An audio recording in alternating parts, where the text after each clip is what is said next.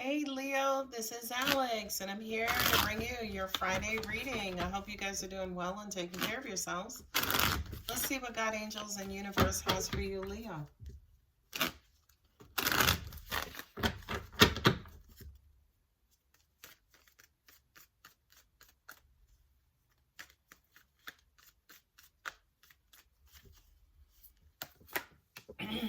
Scorpio, for me as a reader, the Queen of Swords.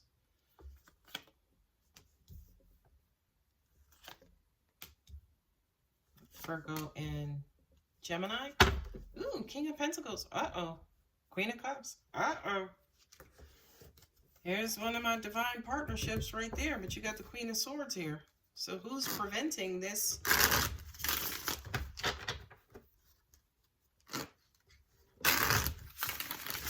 Leo.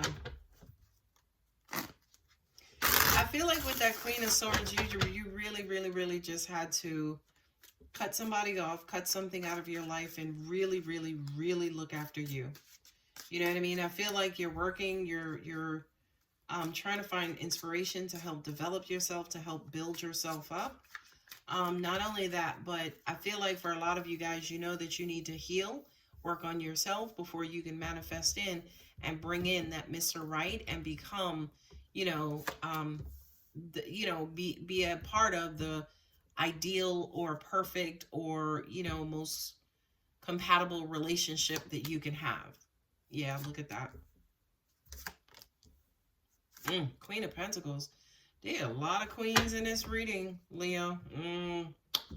No, Seven of Swords. Yeah, you just had to cut somebody out and cut something away. I also kind of feel like whatever it is that you cut out or cut away was extremely toxic.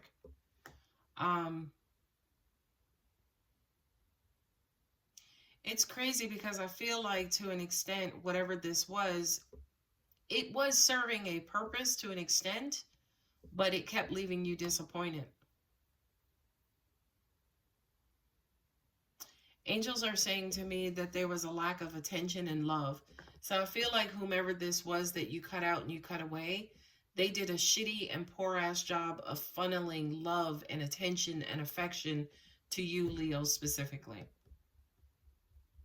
You are working on getting over them and getting away from them and moving on and going with the flow.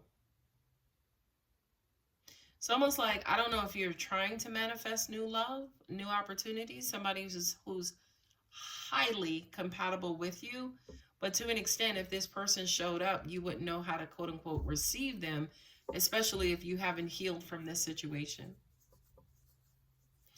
Ooh, drama. I just heard that whomever it was that you cut off,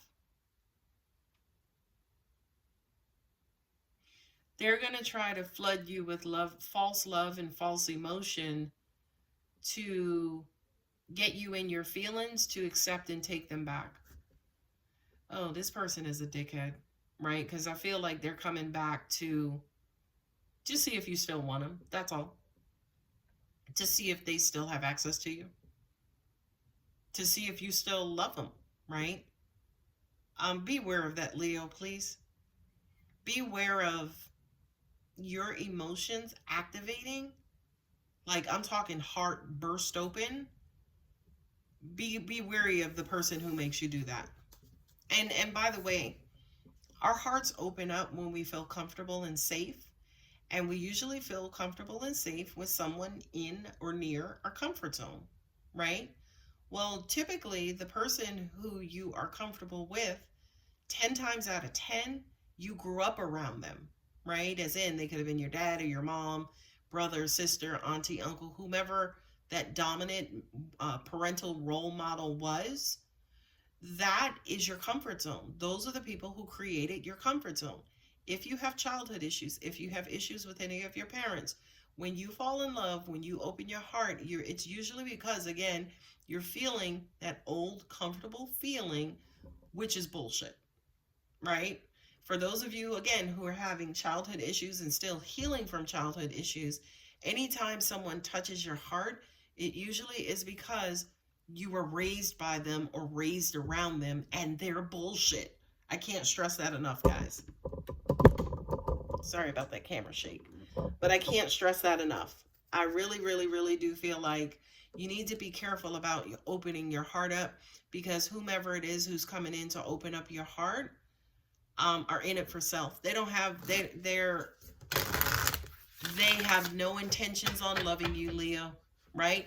Which, by the way, again, I love that this placement is here, because now you know when they come in and they do this, you now know who the asshole is that you need to avoid, right? Here, the universe is saying to you, Leo, if you want the King of Pentacles, you got to become the Queen of Pentacles. If you are the Queen of Pentacles, you deserve the King of Pentacles, right? But with this Nine of Swords here, that kind of says to me, you're afraid of opening your heart again because of this bullshit. And to an extent, this King of Pentacles, he or she is trustworthy, right? Their word is as good as gold. They're very established. They're very healthy, right? Emotionally, mentally, psychologically. But if you're not, then you're not going to be able to receive this King of Pentacles as the King of Pentacles. When this King of Pentacles, say for instance, tries to love you, you're going to receive that as the hurt and betrayal that you grew up around, and that you have dated throughout your life and has hurt you throughout your life. Okay? This is why healing is so important and so critical, because you got to let those guards down. You got to get rid of those swords, because at the end of the day, the King of Pentacles ain't have nothing to do with developing these swords. It was this dickhead in your past who took advantage of your heart and was solely in it for themselves. Okay? I gotta call them out. Could be a water sign, Cancer, Pisces, Scorpio. Okay? Not only that, we have the earth signs here, Taurus, Virgo, and Capricorn, you know, who are that grounded energy. You know what I mean? Who is basically saying, hey, start from scratch. Go old school on somebody. Get to know somebody. Get to learn them. Get to learn, yeah, what the fuck is their favorite color, and, you know, what TV shows do they like, and, you know what I mean? It's almost like taking this from a ground level versus just relying purely on your emotions and what you're feeling about this person. Now you have the Wheel of Fortune, and again, the Eight of Pentacles. You guys are working on moving on. I know you are. But just, again, be kind of careful about what it is that you're manifesting, what it is that you're ready to manifest, because emotionally you're not ready and mentally you're not ready. Okay? The signs here, again, are Capricorn with the World card, Scorpio with the, for me as a reader, I know those are air signs. But for me, or it could be Aries, Aquarius, Libra, and Gemini. Wheel of Fortune is Sagittarius. The Magician is Virgo and Gemini. And that's it. I mean, you realistically have all signs except for the wands. You have no wands on the table, which says to me, yeah, no false movement, no impulsive movement. This is take your time, work from the ground up, take care of yourself. You have the Five of Cups here, which says to me, again, you are working on turning the tide in your favor, healing and getting over this Five of Cups situation. But again, this dickhead, for some reason, what wants to re-engage you, in the way in which they do that is to appeal to your emotions.